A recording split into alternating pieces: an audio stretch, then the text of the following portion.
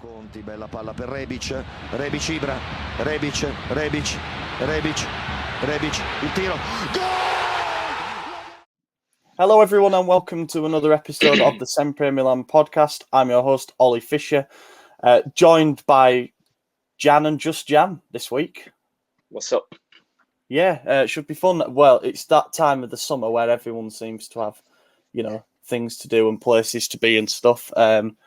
Maddie's currently working. AJ's on his way back from Vegas. We couldn't record last night because none of us were free, and also we had the Real Madrid friendly, but I was at a wedding, so crazy. But we managed to get one in, and it's important that we do because obviously we've got two friendlies to recap, and by the sounds of it, an imminent signing that could be done that we have not spoken about at all on the podcast yet, which we'll come on to. But first of all, just before we dive into it, I want to say trying to push again to get votes for the Football Content Awards, which are happening later this year. The link to vote for that is our pinned tweet. And we keep sharing on our Instagram story as well, where you can go onto an actual post, tag us in the comments, and that counts as a vote for us as well. I'll actually be attending the ceremony, so it would be great if we managed to scoop a prize, because we'll be there to collect it. So yeah, really appreciate all of you who have voted so far, and who knows, maybe we can bring it home. Two friendlies to recap. One of them being last Wednesday night in Valencia, against Valencia.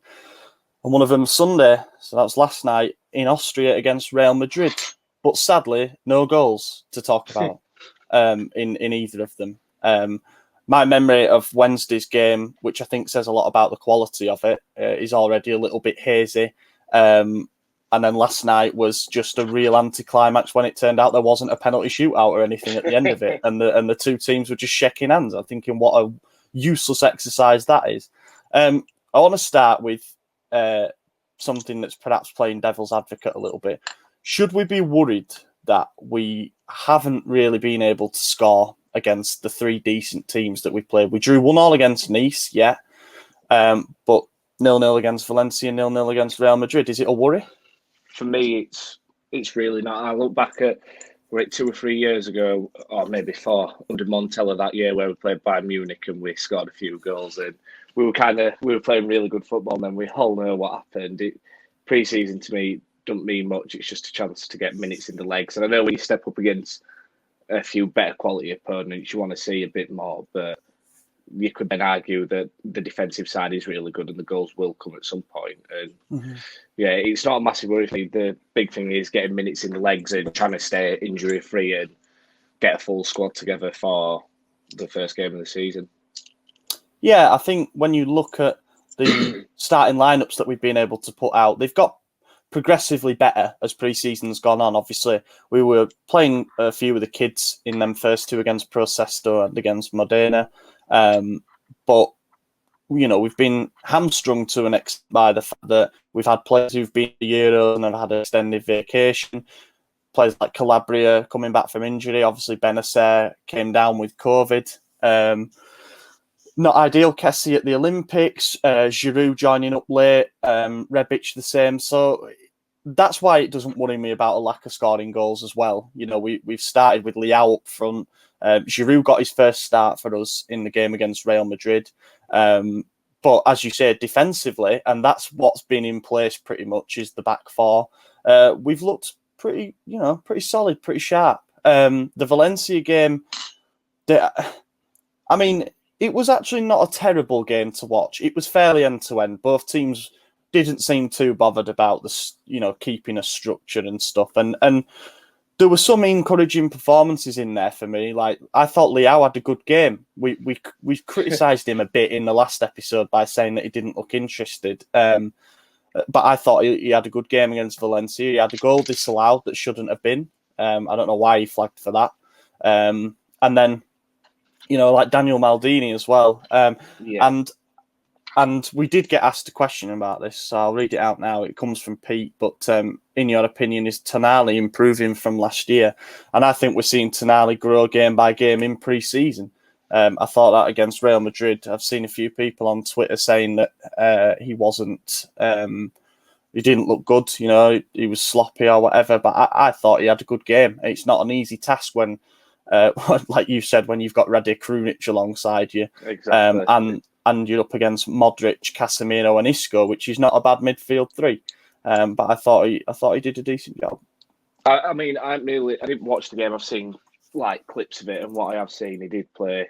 It seemed fairly well, but I think it's hard to judge someone if they're getting better from last season by, you know, a couple of pre-season friendlies, especially when, like we said, he's playing alongside Krunic. So for me, I'll judge the players a lot more when it comes to the start of the season. Players like Castillo, Krunic, they're done for me. That we can judge them now because we know they're just crap. Yeah, They're never going to be Milan quality. But players like Tonali, I still think he's got 2-3 years before we see the real him realistically. And even in 2 or 3 years, he won't hit his prime. So he's got so much room to grow. And the fact that Maldini got him on such favourable terms, it's just a win-win. And I don't think it's going to be one of them transfers that turns out to be a bust.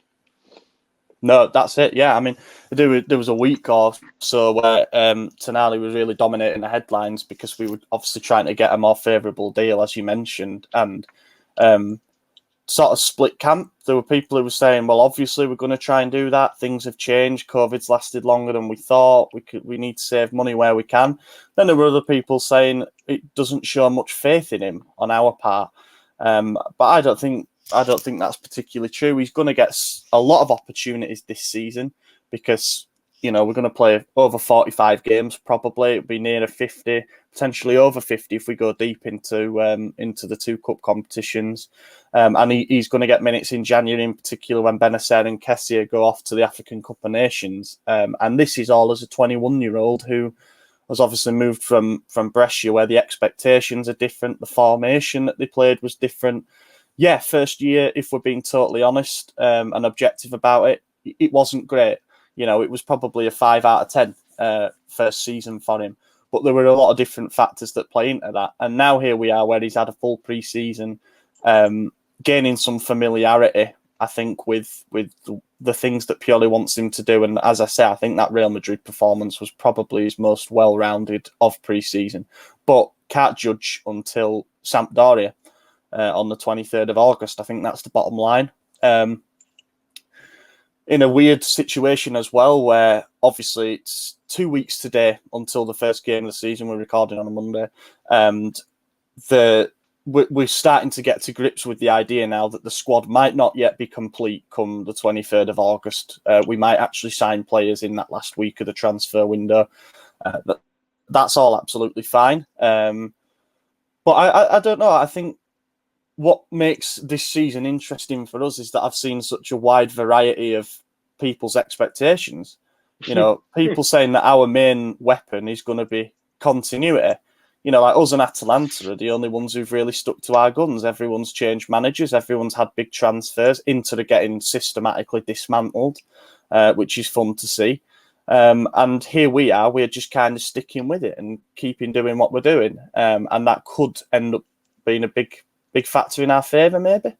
I think it is. I think in terms of continuity, it's our biggest weapon. Like, you look at Juve, I know, like I said, it's only pre-season, but they lost, 3-0 to Barcelona that are in turmoil at the minute, and they've got the saviour, Max Allegri. It's going to take time for him to imprint his style of play on the new players that are there, and Chiellini, Bonucci, they're not getting any younger. Ronaldo isn't. Then Inter, like you said, dismantled. Sarri, we know it takes a while for him to get his tactics in place with the club. Spalletti's hit and miss. Atalanta, again, the only one that's really continuing. But if they lose someone like Zapata, that's still a worry for them, because if that gets down to the last 2 weeks and they lose their main threat up front, or one of their main threats, and then Ilicic, they're going to struggle. So the continuity, I think, it is our biggest strength and our biggest weapon going forward. And if we can just get them couple of positions sorted, I think if we hit the ground running, we're going to be in for a very good season. Well, that has to be the hope. As well, you know, I think that while people have criticised our market so far for not going out and addressing the Çalhanoğlu replacement quickly, for not going and getting what people keep saying as a right wing upgrade and stuff, I think that we've been, first of all, one of the only actual active teams in the transfer market, but we've at least kept a solid core in place. Yeah. Arguably, probably strengthened a little bit because we've made loan deals permanent and stuff like that, while everybody else has potentially regressed in their squad a little bit. As you say, Inter are selling Lukaku and Hakimi's gone, and that might not be the end of it. Juventus haven't strengthened, but what they have done is put their chips even more on the table of, we've got 2 centre-backs over 35 by selling Demiral. I think, he's got his injury problems and stuff, but you need at least some young defenders. Like, I really don't get the strategy there. And then Atalanta, we could end up in a situation where they lose Romero, Ilicic, Zapata, maybe even Gossens yet, we don't know. And they all of a sudden look weaker. And here we are just kind of carrying on with our business, and we'll see what happens come that first game of the season.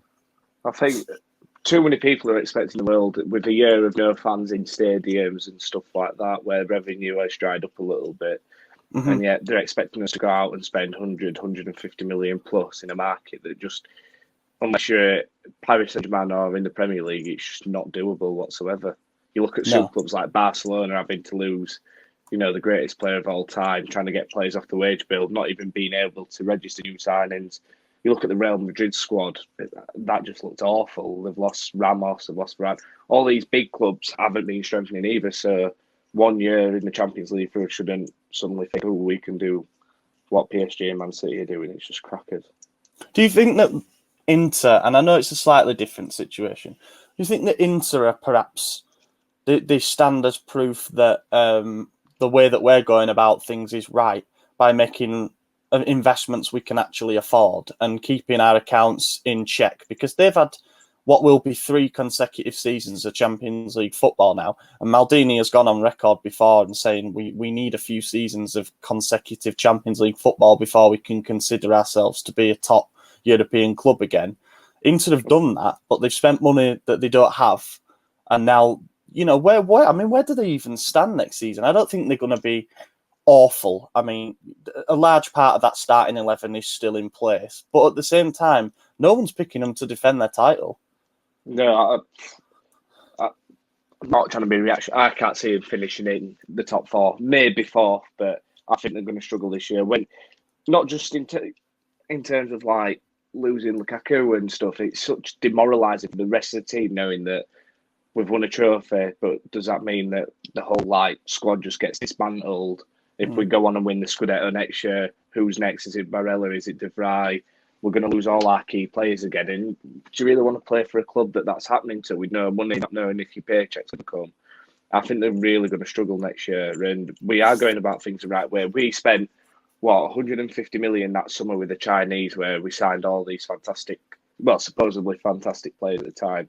Players that were struggling to get rid of. Or luckily some of them have gone. We just need to do things the right way, spend the money wisely, make little investments like Haug, then sell him on for a bit of a profit. And some people don't like it. They obviously wanted Haug to do well and go further, but just smart business like that is going to help us sign these better quality players in the future. It's just patience is all that's needed. Yeah, this is a random aside, but you saying Hauger reminded me. There were 2 players that stood out at Bodo Glimt. There was Hauger, and then there was a forward/winger called Zinkernagel, and he ended up getting bought by Watford. And he had ridiculous stats for Bodo Glimt in terms of goals and assists. And Watford loaned him out to Forest for this season. Obviously, Watford back in the Premier League. So there is another example, I guess, of a young talent that a team has taken a chance on, like we did with Hauger. And after 1 season, maybe I think it's 6 months actually, they've decided he's only good enough to play in the 2nd division, and that's why we're going to send him. It's one of them. I was speaking to Rohit about it, who writes features for us, about sort of the way that our strategy has been with buying what we would call talented players who have potential. We found our sweet spot in terms of what kind of investment we should be looking at. Those players who are around the 15, 20 million mark, like Benacer was, like Teo Hernandez was. And if you go for those deals that are low cost, like Caio Jorge would have been, like Hauger was, you're probably going to get more misses than hits. You can still sell them on and make a profit. But I think we do need to be shopping in a certain pool of players, where they've already done a little bit and they already have some experience of handling pressure and stuff like that. So, yeah, more investments like that would be great. And we need to talk about something that's literally broken in the last few hours as well. We never mentioned his name as a potential target at any point during the summer over the last few months, which definitely reinforces the theory that we have that we're doing a lot of our business under the radar. I can't believe it. It's crazy stuff, isn't it? That management have got these other names that haven't been leaked to the media and do stuff silently. Who'd have thought it? Goes to show, doesn't it, that no journalist really has their finger on the pulse that much. I mean, fair play to Di Marzio. He's the one who broke this, and now everybody else is chiming in saying, "Oh, yeah, we can confirm that and stuff." Yeah, we were gonna break it in an hour ourselves. No one knows what's going on. Maldini. Yeah. I think with Teo at the time, no one really knew we were in for him. And then there was that one photo in Ibiza, and then next thing you know, he's a Milan player. And I remember Luis Adriano a few years ago. That kind of came out of nowhere overnight. Just because it's not in the media 24/7, it doesn't mean that we're not working on someone. It just means the management are being smart about it. Yeah. Well, it certainly doesn't benefit us if these names are leaked into the media, because it gives the selling club or potential selling club a chance to kind of set their stall out and be like, well, if they're publicly declaring interest in someone, one of our players, then it's exactly. It doesn't make our negotiating. Florenzi kind of fits with replacing Hakimi at Inter, but you say that you want him, Inter are then going to try do what we're doing, loan with option, blah, blah, blah. But you just get it all done under the radar and other clubs miss out on what could potentially be a very good transfer. Yeah. I mean, the one side of this we should mention is that, and again, this is if the journalists are right in what they've been reporting, but it sounds like we've been trying to get Dalot back for weeks now, and it's not happening. So we've had to turn to an alternative target. That's understandable. Things like that happen in the transfer market. I personally wouldn't have minded Dalot back. I think he showed enough towards the end of the season. Obviously can play right back and left back. But then at the same time, a name comes out of the blue like this, and I've seen largely positive reaction on social media. I think people are ready to welcome Florenzi, experienced player. PSG didn't sign him because they think he's rubbish.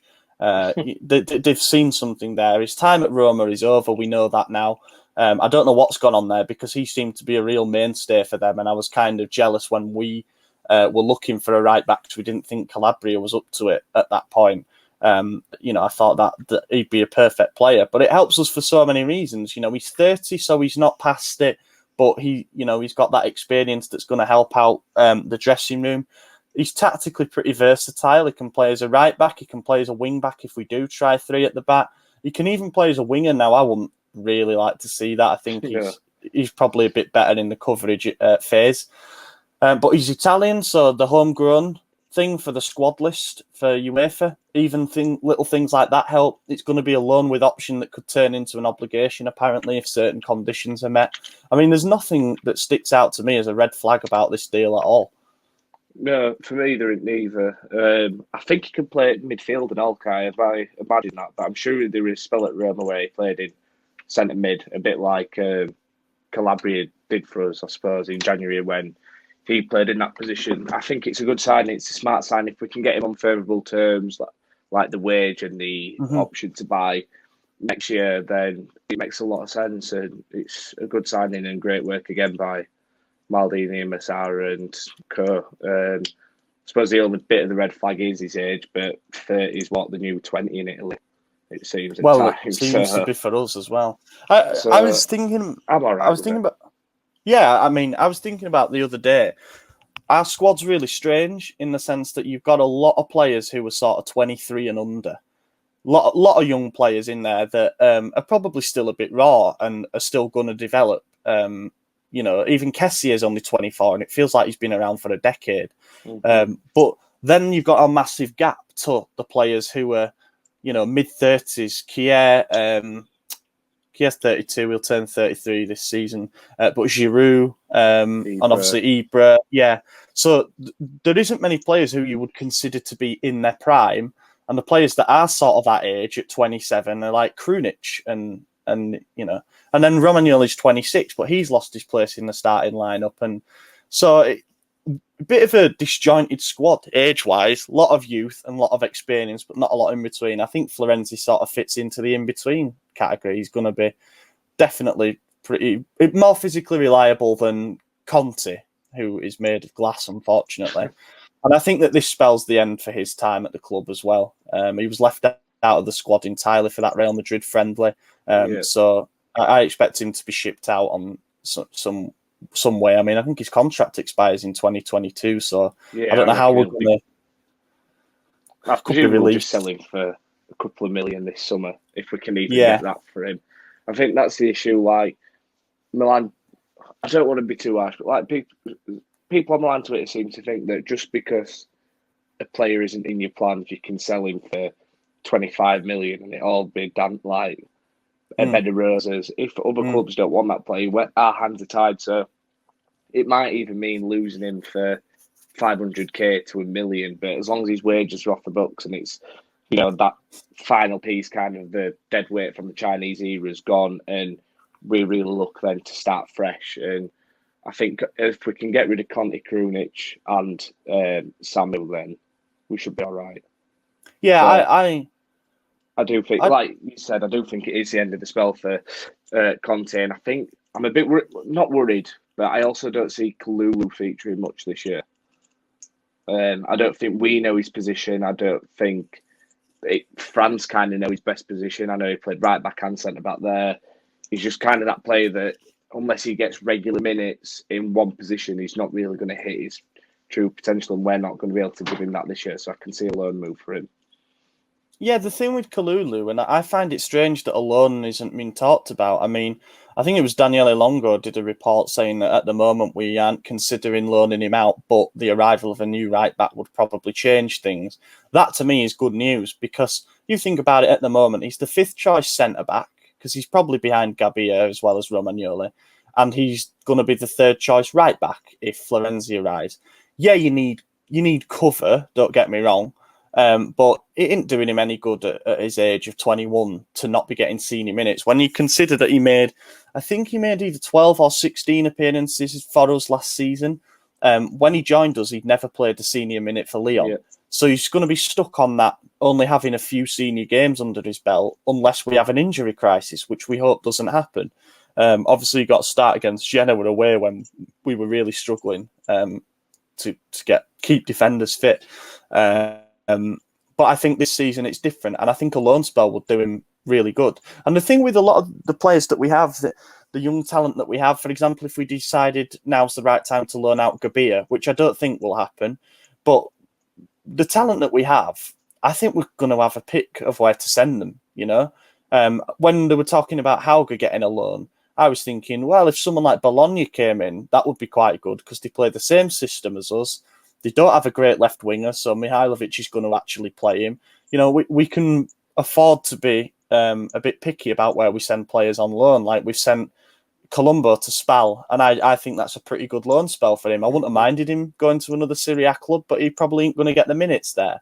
So he's gone to Spal, and he's in great form in pre-season. So I think that's important. And with the way that I guess the upcoming season is shaped up as well, it's not like there's any throwaway games either.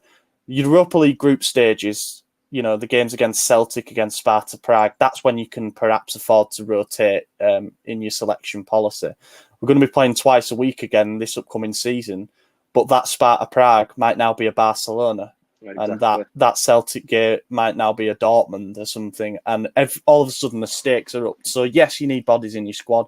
But I think we can afford to look at loaning some of them out. And as for Krunic, as you mentioned, I don't really know. If we're going to keep Pobega around, I really don't know why we need him. Yeah, he's tactically versatile, but that's saying jack of all trades, master of none. He's not particularly good in any position in the 4-2-3-1 that we play. So I just think he's another one. We only paid 8 million for him. Surely we can get 5 million or something.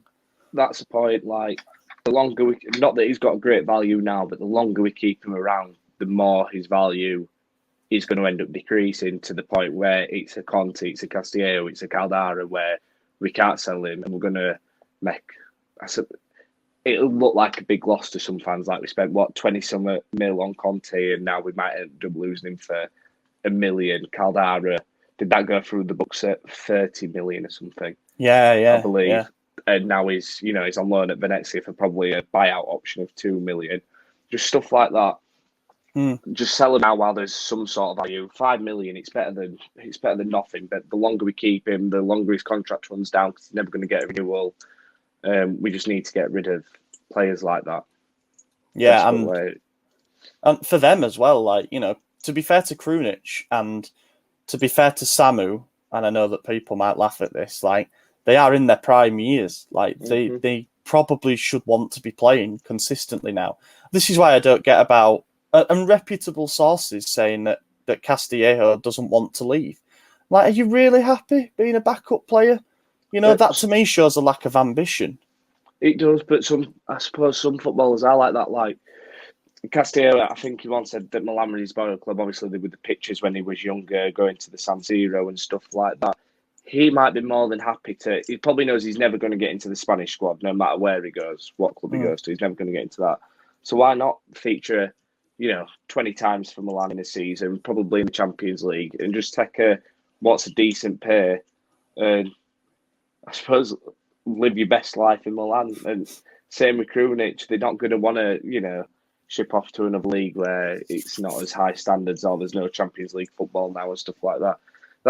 That's the issue. When you buy players like this, you've got to be prepared to have them want to stay around, even when you really don't need them there. Yeah, that's true. It's a lesson as well, isn't it, in a way? I mean, not every investment works out. Some people were kind of hyped for Krunic to arrive. Remember people saying, he had a decent season for Empoli. I was probably one of them because it was like a 7 million deal. And you think, I think it was Castillo that I were excited for.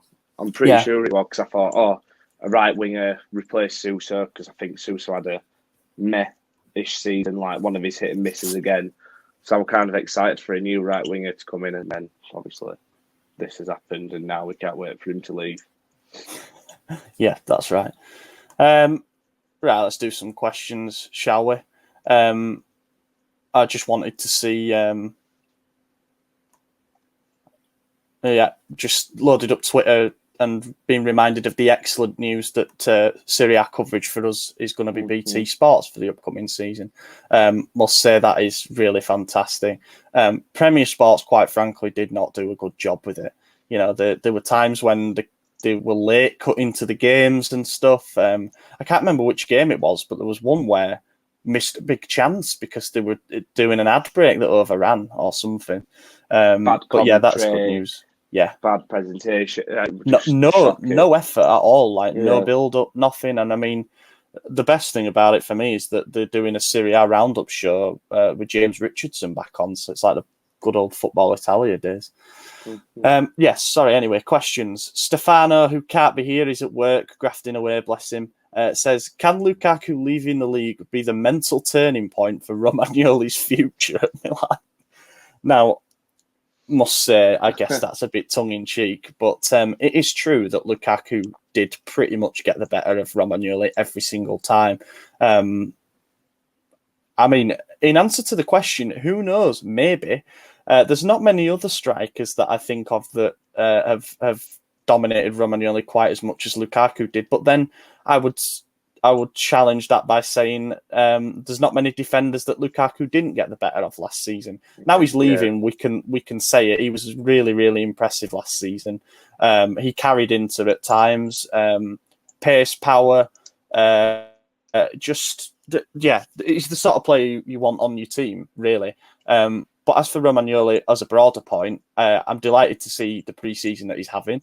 Sounds like he's being an exemplary professional, as you would expect, given that he's the captain and stuff.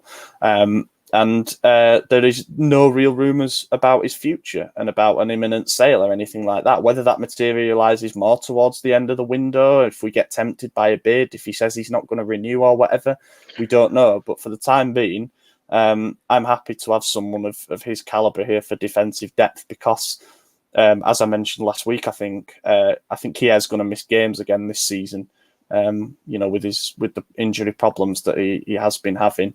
So to be able to call on someone like Romagnoli is good news. And who knows, he might even earn himself a renewal. Obviously, I'm happy to have him here, but I just don't want it to get to January where his contract situation hasn't been resolved and then he signs a pre-agreement with someone else or we lose him for free. I really just want this, same with Kessie, just to get it done as soon as possible, preferably before the season starts or the end of the window. And if we have to get rid, then we get rid, but at least bring in a replacement because we can't afford to lose anyone else now on a free, especially not key players like that or big players like that can, probably get us a decent transfer fee even with a year left on the contract. That's the worrying part for me. But other than that, yeah, I hope he does stay and I hope he has a good season with us. And many more to come. Romagnoli definitely has a value as well. He's played plenty of games for Italy. He's our club captain. There will be teams. Juve keep being mentioned. Lazio have been mentioned, which is his boyhood team. There will be teams that will see something in him and see him as a reclamation project. Like they'll get him in, and I think if Romagnoli were to leave and go elsewhere in Serie A, he'd do really well just to prove a point. But yeah, as you say, I actually hope that I've been his biggest critic at times because I don't like the way that he defended last season, quite frankly. But then when Tomori arrived, and those two, we've only seen them together a few times, but they seem to really complement each other well. And I think that could be an option moving forward because you've got the left-right combination.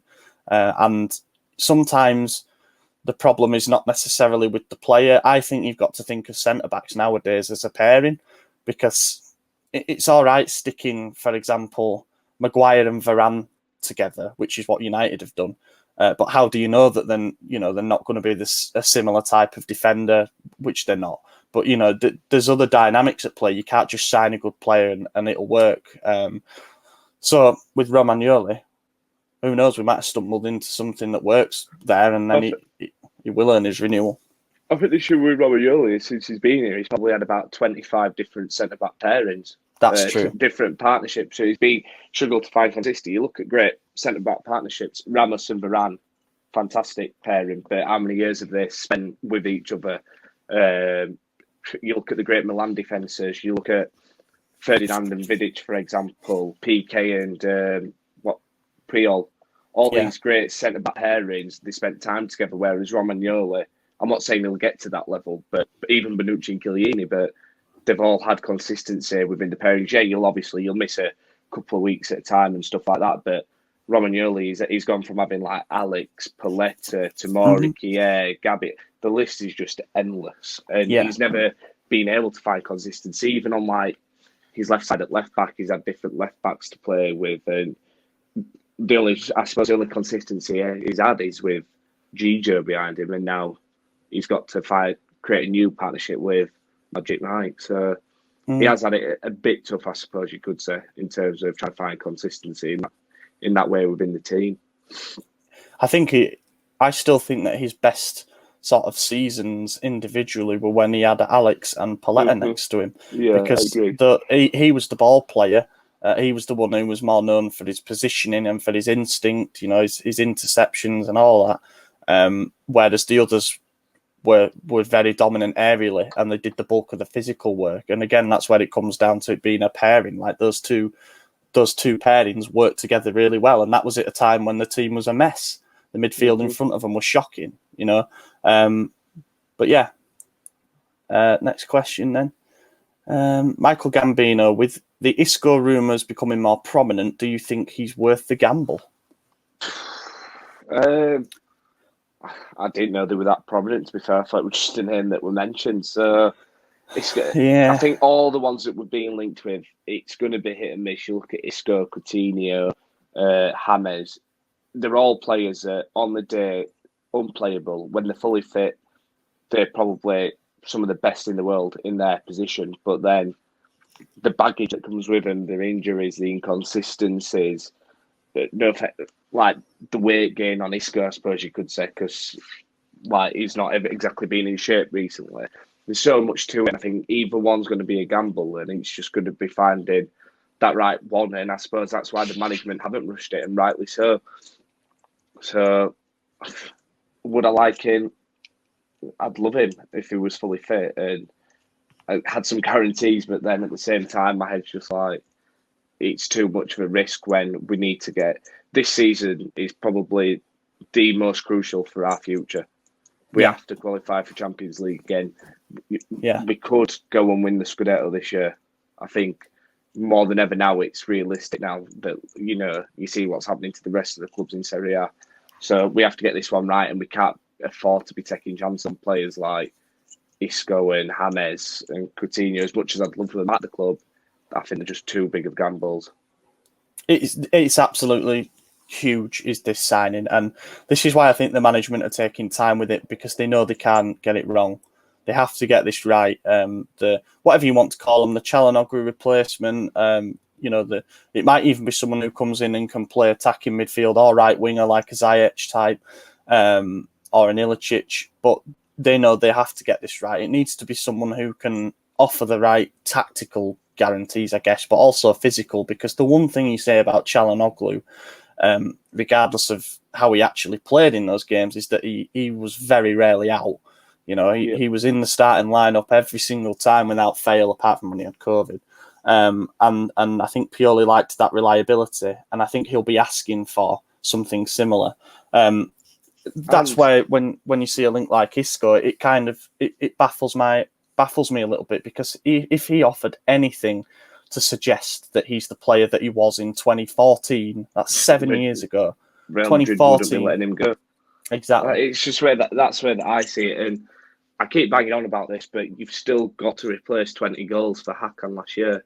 And that's just the way 20 goal contributions, whether they were from set pieces or what, it's still 20 goal contributions, and that's a lot to replace. So it has to be bob on, and a Real Madrid reject, a Barcelona reject that isn't like a Teo who's young or a Diaz that's young. It's players that are aging now, and not many clubs are wanting them who could probably afford them. Especially you look at like Premier League clubs, like, I'm not saying they'd fit the system, but a Leeds who have probably got a bit of money to spend, who could easily go buy an Isco, like them type of Premier League clubs that have got a lot more money in the bank at the minute, or can spend a lot more because of the revenue. They'd be going for players like that, like Isco, Coutinho, if they thought they were cheap. And I don't know if it's the type of players we should be going for. I wonder if it's agents as well. Obviously, you hear a lot about agents offering their clients to various teams. I wonder if that factors into it. But you just can't justify an investment on players like that, unfortunately. And that's why I don't give too much credibility to them. I mean, I suppose there is a scenario whereby we do pick up someone like James Rodriguez, because he would cost us €5 million and he'd be willing to take a salary cut or whatever. And then we gamble on the fact that he's going to be fit. And if he isn't, then Brahim Diaz, has shown himself to, I don't think he picked up an injury last season. I might be wrong. But, then we've got him there if needed. And then we sign someone like Ilicic, who is then cover for that. I don't know. But I say we can't get it wrong. This needs to be right. And that's why I think we're taking our time with it. I try not to read too much into like when players choose a shirt number, but the fact that Brahim has taken on number 10, it does kind of suggest he's going to have a massive role to play next year. And maybe that is our Çalhanoğlu replacement, him stepping up, and then Maldini stepping up and being the Diaz replacement effectively. I suppose you could say, we're going to put the eggs in the basket for right winger, or nobody knows what's going to happen, and that's just been proven with the Florenzi news this morning. So we're just going to have to sit back and hold tight and enjoy the last couple of weeks and not get stressed out by it. It's exciting, though, isn't it? Yeah. Names randomly popping up. Marco asks, It says, keep up the good work, guys. Love the podcast. Thank you very much. Maldini and Massara seem to like players from abroad. Why do you think they don't look at players closer to home who know the league? Is it price, different styles from other leagues, or something else? I don't even really... I wouldn't even be able to begin to pinpoint it. I think clubs in the same league are always going to put the price up for other clubs. You look at Ben White, forget about him being English, like Arsenal paid astronomical money for him when you think about it, for the quality that they're getting, and that's just because he's in the same league, in my opinion. And that's wherever you go. Like Milenkovic, we wanted him, and Fiorentina are asking for 40 million, and he's gone to West Ham for 15. I think it's natural to put the prices up for players when a rival club's coming in. So I think the price is a big part of it, and not a lot of teams in Serie A play the style of football that we do, and I think you get that style a bit more abroad, and that's why we're looking in them markets so they can fit straight into the team. Yeah, price, I think, is definitely the main factor in this. I mean, you look at when we were seriously linked with Federico Chiesa, but Fiorentina kept saying it's 60 million. Juventus eventually worked out some kind of bizarre formula where they managed to sign him. But he's gone there and been a success. And this is where I understand some people's argument that if you want a top player, a top talent, an international, sometimes other clubs are going to want them because they're good. But also sometimes you just have to bite the bullet and pay the cash. Now, I'm not saying that we should have spent the money that they're spending for Chiesa, but he's turned out to be a success for them. And then, a lot of people have been shouting for us to go after Berardi because he offers something a bit different on the right wing. But again, Sassuolo asking for 40 million for a player he's like 27, isn't he? He's not... Exactly. And that's just what Serie A do. Torino did it with Belotti. They asked for 100 million after one good season, and we're not in a position where you've 9 straight league titles in a row, 9 consistent Champions League qualifications, Champions League finals included in that. They can afford to spend 50, 60 million on a player, especially when they own their own stadium too. There's so many factors involved in it, and this is where I just keep crying out for patience. In 2-3 years, you can't have gone through the so-called banter era and now started to come out of it and not have patience. Like for 6-7 years, we lived on patience and frustration and stuff like that. And we're currently on our way back to being back at the top. And I can suffer a couple more years of loans with options and free transfers and stuff like that if it means that we're going to get to the level that Juventus have been in the last decade. Yeah. Oh, I mean, this is where it's a blessing.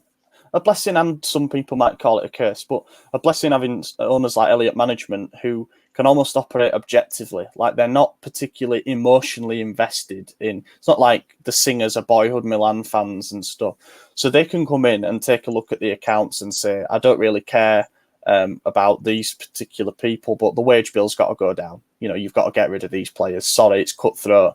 And that applies to transfer business too. We have a transfer consortium by the sounds of it. We, Maldini, Massara, I guess Moncada, Gazidis, Almstadt, and Pauls or Gordon Singer. They will agree internally on a valuation of a player that we're going for. We will offer that and we won't go above it. We've offered 3 million for Ilicic by the sounds of it, and we're not willing to pay any more than that. We've seen it with the Amin Adli thing. We saw it with that Kone who was at Toulouse. We've seen it with Kayo George. Yeah, we set some... And I like our firm stance in that way, and that's why I think it can be a blessing having owners like we do, because they operate business-minded. However, there does come a time when they've got to be ambitious, they've got to push the boat out, but that comes when, I guess, our accounts look a bit healthier, and they just don't at the moment. Our losses are set to be halved for this year. They're meant to go from about 195 million to under 100 million, which is really good news given revenues have been slashed because of COVID. How we've managed to pull that off, I don't know. But it's a sign that we're just on much stronger footing as well, being debt-free than Inter and Juventus are, and even the Rome clubs. But people don't care unless it ends in a trophy. That's the nature of the beast. They want to see the best possible team out there on the field, and they don't it doesn't matter to them so much how the money's being spent. But that's the nature of football fans, I guess, at the end of the day. Yeah, I can't remember what that... Oh, yeah, and the other thing on to answer Marco's question, the flip side to Serie A clubs overcharging for their players is probably that there is more value in certain leagues abroad. We've been shopping in France a lot because French clubs are under immense pressure to sell because they haven't even been able to negotiate a new TV rights deal. So a lot of them are heavily in the red.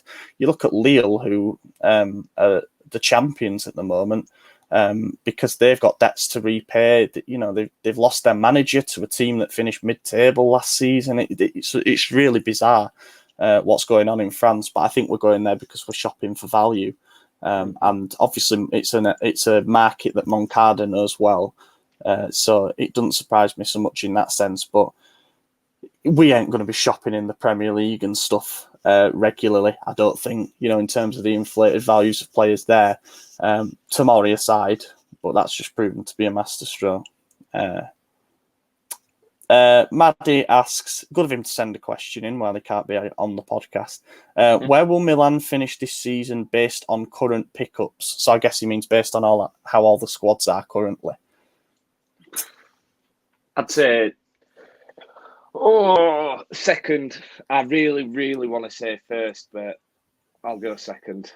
I'll try not to get ahead of myself, but I think the way that it's looking at the minute, I suppose you have to kind of put Juve as a strong favourite. But then first. I think we'll win it. Fuck it. I'm clipping that. No, I just think when you look at Inter, who they're losing currently, Lukaku, Hakimi, potentially Lautaro, Eriksen might not. Well, at least if he's allowed to play again in Serie A, that won't be till January. That's that's four potentially big players, big parts of last season that aren't going to be at Inter this year. And that's a struggle at the start of the season. And like I said earlier in the video, my other reasons, it's continuity is our biggest weapon. And I think we have upgraded the squad in certain areas. So yeah, fuck it, first. I really love that. And I hope you're right. It's always tough to judge. Obviously, this is such a cop-out, but we're, 3 weeks from the end of the transfer market. So you'd imagine that there's still going to be some pretty sizable changes to what goes on. But I like the current state of our squad. I think that this squad, as it is, would be pretty competitive in terms of a top 4 fight.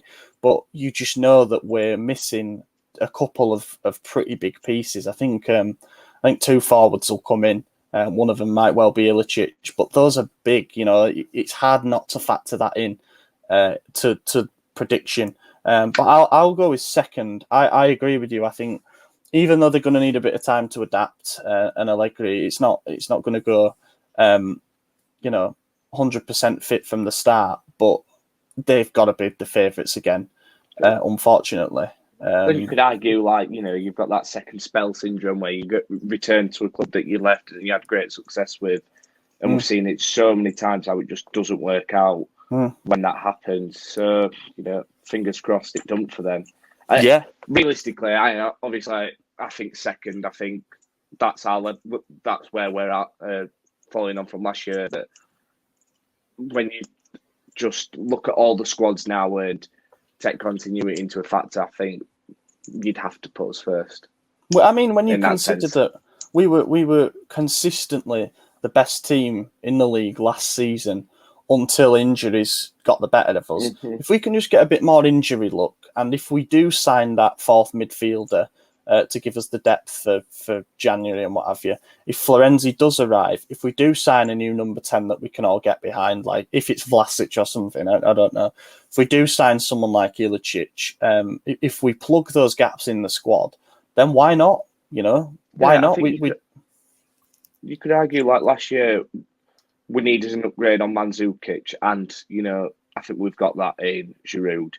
You could argue that if we had a better mate, like a better fourth choice, which we haven't got yet, but in a way, I suppose you could argue Pabega's better than Mate, and he's looked quite good in pre-season so far.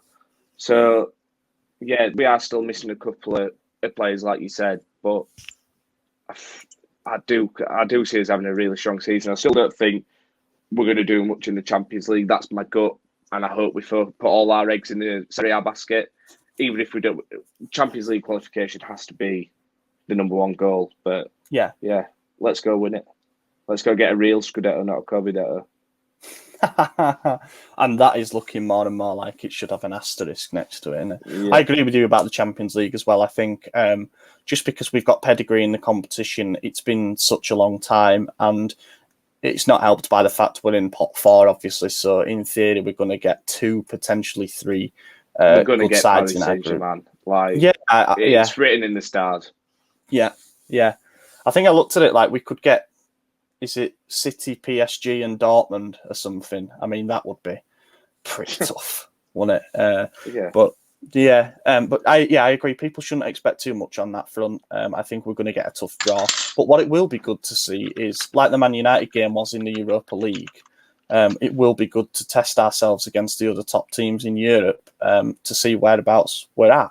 You know, how does our project stack up against other teams? I mean, I know that I think it's Gazidis has talked about the trying to follow the Liverpool model, where they spent years being quite mediocre, and then they got the appointment right, they got their recruitment right, and all of a sudden they went on a charge. They won the league. They won the Champions League, and I think that, as you mentioned earlier, that's where the patience element needs to come into it. Not everything is going to fall into place overnight, but 2 or 3 seasons of finishing in the top 4 gets our revenue up. We can start spending more. It's going to be that kind of a process, but that's the damage after 7 years of being garbage. Unfortunately, that's what happens. I think that might be it. Just before I finish, it's kind of just come to me now when we were talking about potentially like another forward, something like that. I do, and I know I had a gut feeling about Dybala, but I've got a gut feeling Cutrone is going to be our third striker. I think it's going to be one of them deals, and I think it's going to be, in a sense, a panic buy in the last couple of days where we still haven't got that third striker sorted, and we just think, we've got to get that quote done for the homegrown players in Italian internationals, and especially one's coming up for, and I think that Cutrone could be that third striker that we just take a punt on loan with an option to buy it and just go for it. I mean, I can't think of many players from the last 6 years that I've loved as much as Patrick Cutrone, and underappreciated. I think he was underappreciated at the club. I think you look at his goal scoring record and the types of goals he scored, I really don't think it was that bad. In how old were we at the time? Like 20-year-old, 19, 20, wasn't he, when he came through? Yeah, and then no disrespect to Haug, but we give him all this praise for scoring a few goals, where Cutrone scored a lot more and a lot more crucial goals at times, I suppose you could say. And yet, for some reason, by the vast majority of MT, he's frowned upon. And a lot of Milan fans just don't seem to think there's anything there. And I suppose you could say he's had 3 poor spells now at Wolves, Fiorentina, and Valencia? Yeah, Valencia. Yeah, Valencia. But there's still something there. He scored the most goals in our youth system's history, I believe. And he's still so young, and it's just the type of player that I can see coming back and having a real impact next year. I think he's a comfort zone player as well. If he were to come back, then I think... And he's a confidence player too. 1 goal brings 2 kind of thing. And he's already given us some amazing memories. The winner against Inter in the Coppa Italia. I wouldn't necessarily be against it at all. And I remember saying when he left for Wolves and he looked upset when he was at the airport, I said, I really don't think that that's like a permanent goodbye. I could see him coming back at some point. I do. Like, you look at Immobile and he had that good season in Serie A, and then did he go to Atletico from there? And then he went to Dortmund and he didn't have 2 great spells there. And then, he came back to Serie A, got back in the comfort zone, like you said, and killed it, I suppose you could say. Like, I think that's just what it is. Some players just thrive off being in, the comfort zone where, they're loved and they just feel at home, and it feels more natural to be there and play for that club, I suppose you could say. Yeah, and I think that's a good note to end on, to be honest. Bring back Cutrone.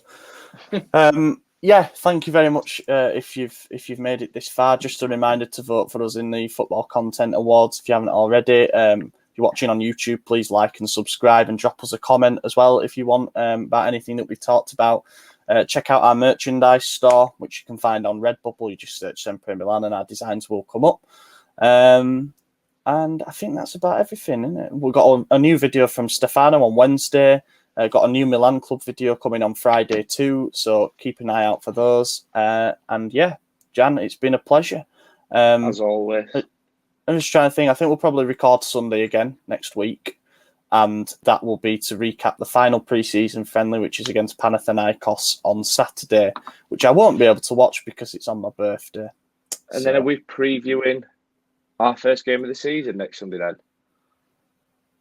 We might do it. Oh, we might have to.